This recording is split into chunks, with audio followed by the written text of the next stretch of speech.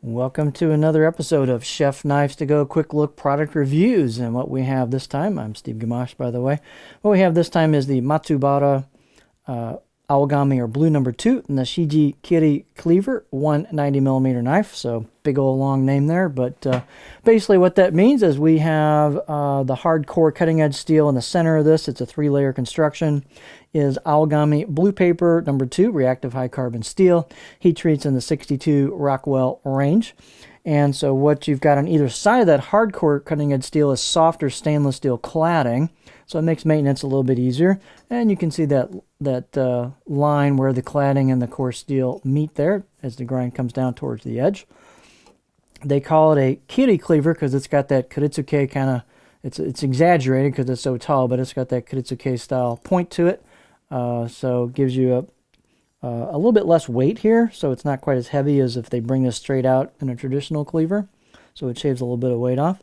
Weight and dimensions on these are going to vary a little bit, especially since it's a bigger knife, so the weights definitely will vary. But this one's 238 grams or 8.4 ounces. The edge length is right about 190, which is 7.5 inches.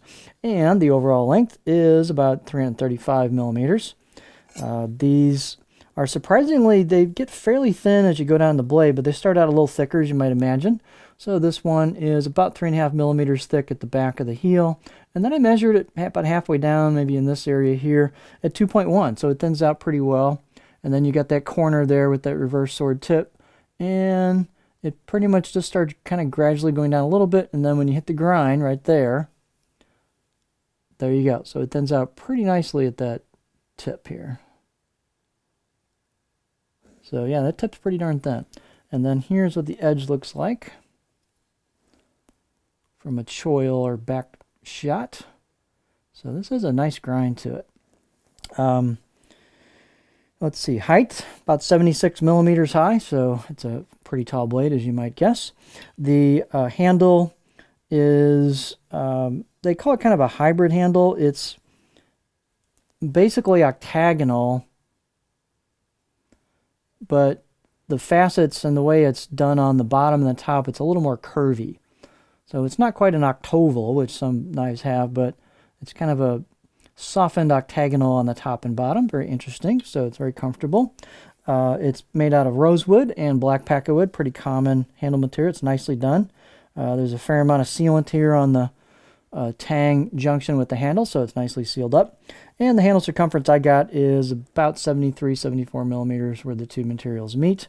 They have a curve right there where the choil, the back of the blade, comes into the neck, and so there's a good spot for your fingers on a pinch grip.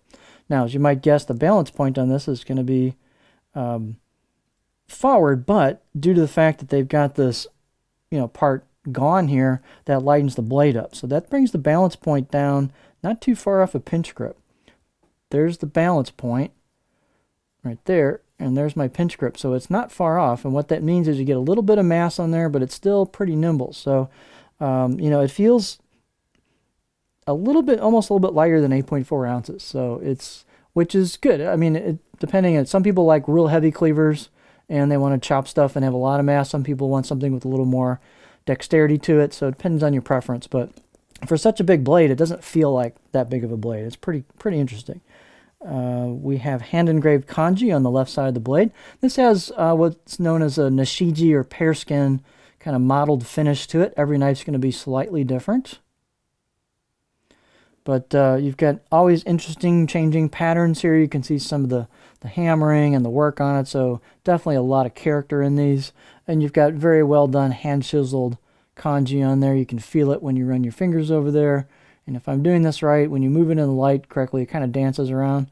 Kind of a cool party trick you can show your friends. Here's the left side of the blade. Again, every blade is going to be unique.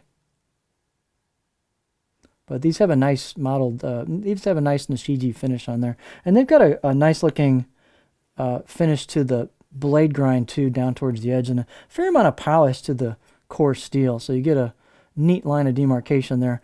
Plus, as you use the knife, the core steel is going to patina or get, take a color, and then the rest of the knife won't. So you'll get that edge will pop. So that's really going to look cool when you get a patina on there.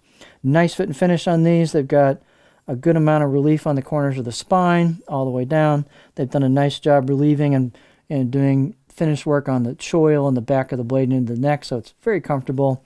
And I'd say these have a 5 out of 10 edge, not super sharp, but you could sharpen these up. This blue number 2, this Aogami, will get pretty much as sharp as your skills allow, so you can get this thing stinking sharp. It's obviously a pretty stiff blade as well. Good grind, straight. It's just well crafted. It's a very neat looking piece.